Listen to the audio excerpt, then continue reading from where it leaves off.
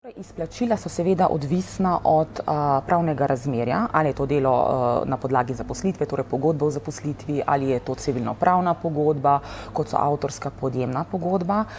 Pri tem pa je potrebno poudariti, da je potrebno vsem fizičnim osebam njihove prejemke nakazovati na njihove osebne bančne račune.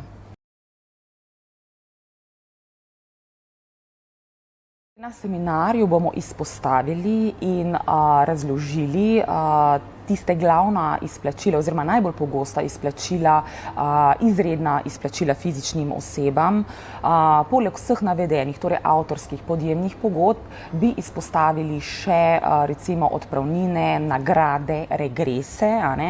Ne smemo pozabiti, da se je z uvedbo mini davčne reforme pač pojavilo kar nekaj novosti na tem področju in na seminarju bomo opozorili in tudi izračunali nekaj primerov, s katerimi bodo udeleženci lahko spoznali pač te novosti.